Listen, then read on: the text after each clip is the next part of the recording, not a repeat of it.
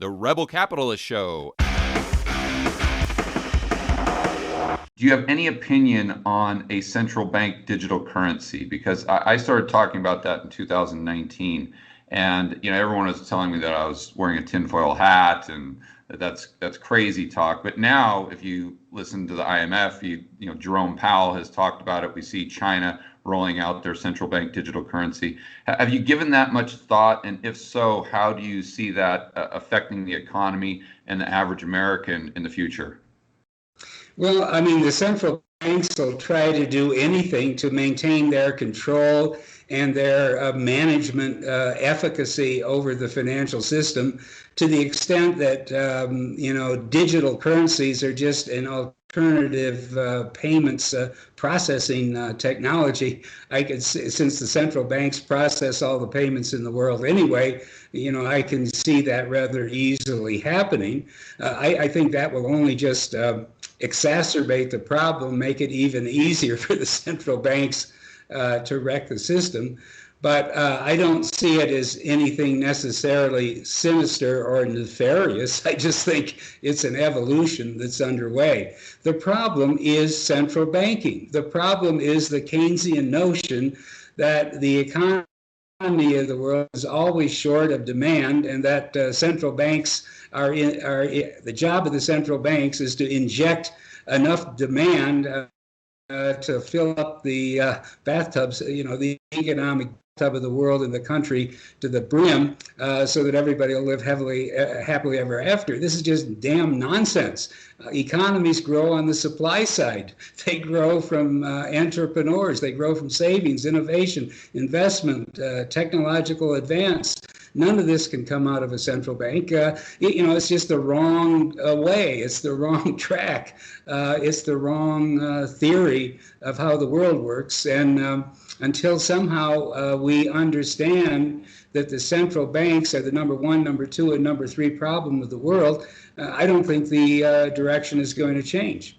If you could just wave a magic wand and we could go into a society that was much, much better as far as from a banking standpoint, what would that look like to you? And Doug, maybe I'll ask the same question. Would that be full reserve banking? Would that be free banking that we saw in the early 1800s, where the government and there is no central bank, but the government really isn't involved whatsoever, and banks are issuing their own IOUs, their own currency? Or what do you think would be the optimal approach if we could just start from scratch?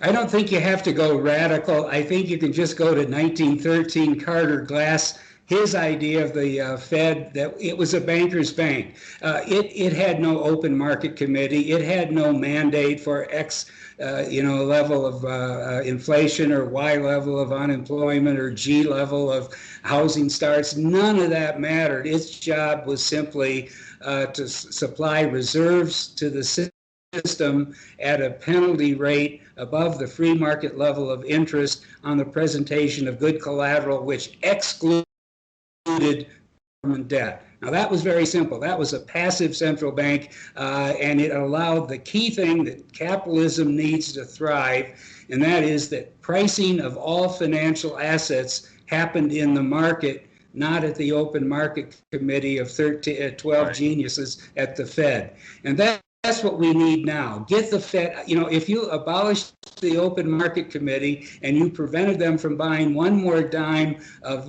government or quasi-government debt, I think you would be a long way down the road to beginning to rectify the system. You would have to go through a pretty traumatic adjustment in the financial markets as interest rates rose, PE multiples fell, stock gamblers lost their shirts, but sooner or later you're going to have to go through it. But I think it's not free banking necessarily or abolishing the Fed necessarily. It's simply honest price discovery and free market setting of interest rates from the overnight money to 50-year money or 100-year money if somebody's going to issue that kind of debt, as well as all the derivative financial instruments from stocks, ETFs, real estate, and the rest. That's where you start. Let the market put the market back into the price discovery business, and we'll begin to rectify the system. Yeah, so Doug, I'd love to get your thoughts on that. Assuming that you agree for the most part, what does it look like now? Excuse me, going back to reality for our economy to get from where we are today to what Doug was just talking about. Would that just be some severe pain for 2, 3 years? Then we come out the other end with all the malinvestment and misallocation of resources kind of washed out of the system, and then we kind of start from scratch? Or what would it look like to you? I mean, is it even possible? Do we have the political willpower, or the society, do they have the willpower to do what it takes to get us to that point? Yeah, listen, I agree with just about everything that David says. I mean, I read his newsletter every day, which is excellent, incidentally. So I agree with all that, but I think that we're in too deep at this point for half measures. For instance, the Federal Reserve, if it went back to the way it was at its founding in 1913, okay, you could live with that, but we're never going back there, because if they stop printing money, the whole system is going to collapse.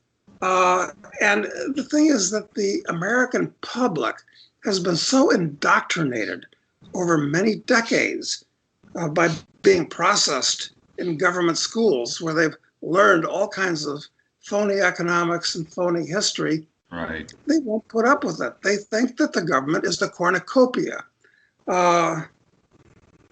So that I think this is all going to have to be washed away somehow, and it'll be most unpleasant, because if we have something like a real revolution in this country, which it's building up to, with 75 million deplorables that hate the other, well, you know, the red people and the blue people actually hate each other at this point.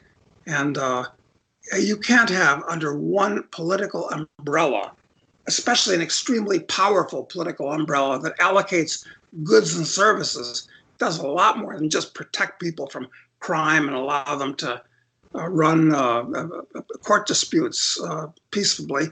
The government does everything but those things, which it doesn't do very well. No, we're looking at an explosion. And the problem is, after an explosion, it gets worse. Just like after 1789 in France, right to have gotten rid of the government of Louis XVI, but it got worse with Robespierre and Napoleon. Same thing happened right to get rid of Nicholas II in Russia in 1917, but then it got a lot worse with Lenin, and worse again with Stalin. And I can give you other examples of that. So yeah, I wish that we could kind of wind this thing down. I don't see how that's possible. I think we're heading for a smash up, and we'll just have to see where the pieces wind up. Among other things, there's no guarantee that there's no stability to the map on the wall. I mean, the colors of maps on the wall have been running for thousands of years. Right. I see the U.S. as a multicultural domestic empire at this point. I think it's going to fall apart. I'm not saying tomorrow morning, but over the next couple of generations.